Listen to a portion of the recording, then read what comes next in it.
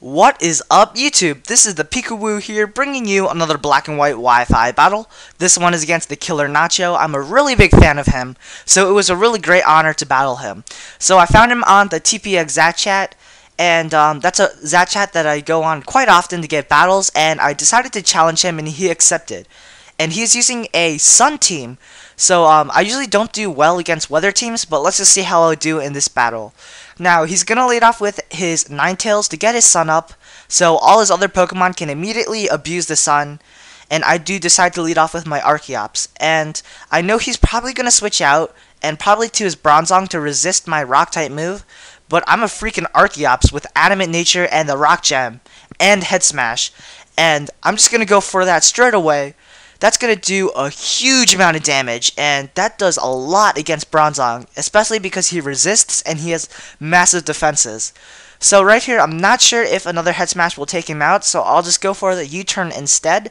And looking at that U-turn damage, I think another Head Smash would have taken him out, but you know, hindsight is always 20/20. So I am going to go into my Blastoise as he sets up the rocks. No big deal, because I do have Rapid Spin on my Blastoise. And I'm just going to go for the Hydro Pump right here. Even if the sun is up, he's at a low amount of HP, and I'm max special attack, modest nature, so I am going to take him out.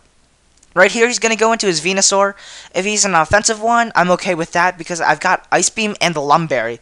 As long as he doesn't straight away attack me, I'm fine. But he does miss his first Sleep Powder, and he takes that Ice Beam relatively well, so that tells me he's probably max HP and a really good amount of investment in special defense.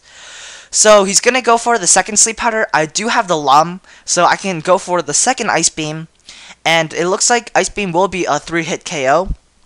And right here, he might go for the Sleep Powder, but he doesn't want to miss, because it does have a shaky 75% accuracy, so he's going to straight away attack me with the Solar Beam, and I was pretty much gonna think that he's gonna take me out here, but I am gonna live with 41 HP and pull off an Ice Beam.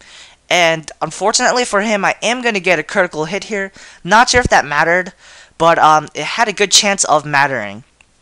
So I take down his Venusaur, which is probably the biggest threat on his team, and I'm really happy about that. So he's gonna go into his Nidoking here, and I'm just gonna switch out to save my Blastoise for later and go into my Miltank. If he goes for the Ice Beam or the Fire-type move, I do have that Thick Fat, so I will be able to take that relatively well. Unfortunately, he is going to get the crit, which pretty much makes up for the crit I got on the Venusaur, as well as the miss I got on the Venusaur, so yeah. Anyways, I am just going to go into my Celebi because I know he's not Scarfed, and Scarfed Nidoking would have been really threatening to my team, but luckily he is a Life Orb one, since he showed me he's not locked into the Flamethrower in the past turn. And I could scare him out and go for the Psychic. I am a Nasty Plot Celebi, but I didn't want to go for the Nasty Plot, because I know this Ninetales can outspeed me because I carry 30 IVs due to my hidden power. So he is going to predict my switch, and he is going to go for the Substitute, and that's pretty interesting. I don't really see Substitute on Ninetales that often, but I was just going to plan on foddering out my Archeops here, but I guess I can break his sub, and he goes for the Will-O-Wisp here, so he is going to pretty much fully cripple my Archeops, because I have that ability that cripples my attack as well as the burn, so yeah. Right here, I'm going to go for the U-turn in the case that he switches out to try to abuse my crippled Archeops and possibly set up on me, so I am going to U-turn. That works out great for me.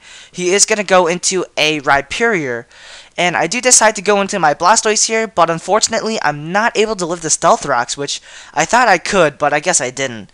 And that kind of sucks because I don't get a spin-off. And anyways, I'm just going to go into my Celebi here, and I'm just going to straight away go for the Giga Drain. And luckily for me, he is going to overpredict. He thought I might like switch up moves, maybe thinking I would go for the Psychic, predicting either his Arcanine or his Ninetales to switch in.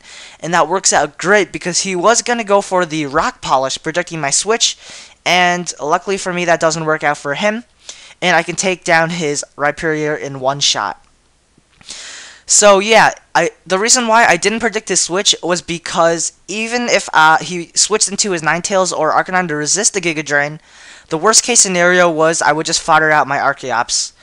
Anyways, he has his Ninetales. I do decide to bring in my Magio, my Stunfisk here, because I'm relatively bulky. I'm pretty sure I can live a fire type move, and I take that really nicely and take him out with a earth power. And unfortunately his Will-O-Wisp does miss, but I'm not really a physical attacker, so that doesn't really matter that much. The only thing that hurts him is that he doesn't get the continuous damage on my Stunfisk.